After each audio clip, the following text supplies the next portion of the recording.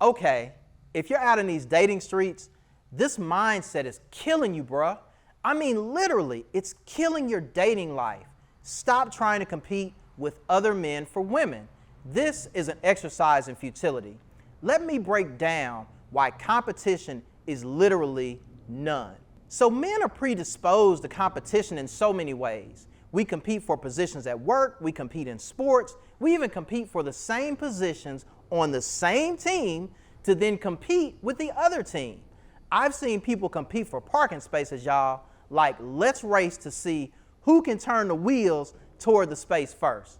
I live in Georgia, and not too long ago, before the filming of this video, there was an accident where 3 cars were trying to get on I-285 at the exact same exit at the same time. No one would give, no one would budge, and this is what you get. Not a great time or place to compete. I get it, fam. We're kind of built for it. A study by Daniel Gamba-Corta and Timothy Ketelaar in 2013 discussed how men compete in relationships. They mentioned that dominance plays a role and that women are often influenced and prefer dominant males to some extent. The interesting point they found is that it's highly likely women prefer dominant males only in short-term relationships. Women often choose characteristics of males who lack dominance. So what does all of this mean? Why does this matter when you're dating? Subconsciously, many of us are competing.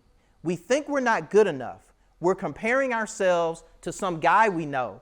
We're competing with the image of a guy we see on TV, YouTube, or at the gym. Today, we shift your mindset. Today, competition becomes non-existent. By the way, I'm Jay Hurt, relationship coach. Welcome to my channel where we talk about charisma, confidence, and winning at life.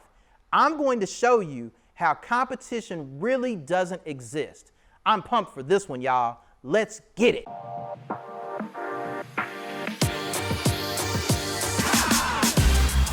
Number 1, ego is a strength. Ego, as defined in pop culture, has a negative connotation. We think of people with egos as people who are narcissistic, self-absorbed, and impossible to be around. Those are egotistical people. Ego is a person's self-esteem or self-importance, or another way to put it is a solid, healthy, strong sense of self. We'll dive deeper into the science of the ego in another video. The point we're conveying here is that you develop a healthy sense of who you are, what your value is, what you bring to the table, and why you belong in every conversation with any woman you choose to talk to. Your ego shows something to women. It shows you are worthy of her time, worthy of her conversation, worthy of her interaction, worthy of her twirling her hair while she's staring at your eyes or staring at your lips, giving off that body language that you deserve. When your ego is strong, let me ask you something, bruh. Who are you really competing with? Number 2, dating is strategy, not competition. If you want to win at dating, don't play the game, so to speak, like it's making moves on a checkerboard. If you want a specific woman, or if you want to be in the sphere of influence with a specific set of women, learn to strategize what you want, not compete. Let me drop a gem or two here. If you want a specific woman, and let's say she's hanging out with other guys that either you know or you've seen around, you don't need to concern yourself with those dudes. What does she like? What are her interests? Make a mental note. Where does she like to go? Who does she like to hang out with? Can you relate to her circle? Do you have a contact in your network that knows a contact in her network? This sounds like a lot of work, yo. I'm sure, but think of it this way. If you want something out of reach that feels out of reach in any other facet of life, you strategize how to get it. How do you get the house you want? How do you move to the neighborhood you want to live in? How do you get the job you want? All of those things are relevant here. You create a strategy, you gain access, you work the plan. If you want to date a specific woman or date in certain circles, man, put your big boy pants on. Create a strategy and don't let anything or anyone, and yeah, haters, I'm talking to you, stop you. There's no competition for knowledge and execution. Real quick, like super quick, smash the like button, strategize on how to subscribe, and show everyone your ego by sharing this video with them. Number 3, you're the alpha. Okay, so here's where it gets challenging. It's almost counterintuitive. How can I not compete yet be the alpha? I'm so glad you asked. The term alpha male in the slang dictionary reads, alpha refers to a dominant person or their behavior, especially with respect to socially aggressive, hypermasculine men. Yeah, that's not what I mean at all, though. I do mean alpha. My meaning, referring to alpha or the alpha male, is about being first and taking the lead. You have an ego, a strategy, confidence, and charisma, of course. There's no competition here. Ultimately, there will be a decision, but no competition. As the alpha, you don't follow the pack. You aren't chasing her aggressively, but you aren't following her either. One of my family back in the day would say, you aren't sniffing her butt. You have to have the moxie to pursue the woman, execute the strategy, and let the chips fall where they may. Where we lose, and man, let's be honest, we've all done it, is we try to keep pursuing. My man, leave it alone, let it go. Real talk, if you push too hard, this is where the competition can sneak in. The other guy who isn't over pursuing and begging is the guy she's all of a sudden attracted to because you, my friend, don't know how to let go.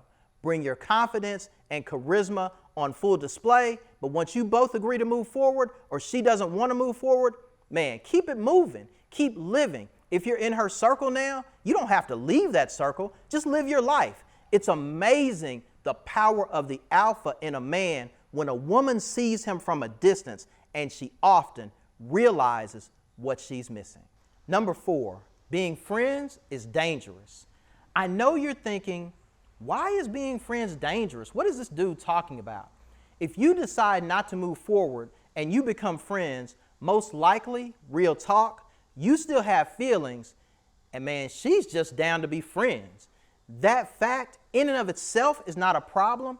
The problem, good sir, is you. You now know about dudes she's dating and her intimate thoughts. You become more intimate in a psychological sense. You want to serve her and show how amazing you are. You want to prove to her that she's making a mistake. You feel like if she can just see your value, she'll wake up and understand how dope you really are. Stop it, bruh. Don't do it. When you become that guy with her, you aren't the alpha anymore. You're not necessarily a beta fish, but you aren't the alpha wolf either. You're kind of in relationship purgatory. She'll be calling you her brother in exactly 1.5 seconds, which, my man, is the kiss of death. It seems like proving your worth is a good strategy because it sounds logical. You're thinking, how hard is it for her to see that I'm doing all of the things this other dude doesn't do that she complains to me about? Think about that question for a minute. Can you see how the question is allowing her to lead in a sense? You aren't leading from the front, you're trying to prove your worth. Either you're worthy or you aren't, period. If you really, really want her, do this. Distance yourself. If not, she's going to put you in a box that is tough to get out of. Sometimes your toughest competition is the softer side of yourself. Competing for women is play, bruh. It's unnecessary. When you know you have what it takes to be amazing for the woman you want, follow these tips. One other quick point. Have you noticed men who don't compete typically get what they want? For example, go to a car dealership, negotiate the car you want, get to your deal breaker price and then stop. Walk away. Leave the dealership. Check this out. You will get a call the next day. Your car will have a big red bow on it and magically the manager met the price. How about that? You didn't even have to compete. You offered what you had to offer, then you confidently walked away. It didn't matter to you if they sold it to you or not. You ultimately got what was meant for you. Dating is the exact same concept. And my man, when you realize there's actually no competition in the dating scene, it's kind of crazy. how charisma becomes your superpower.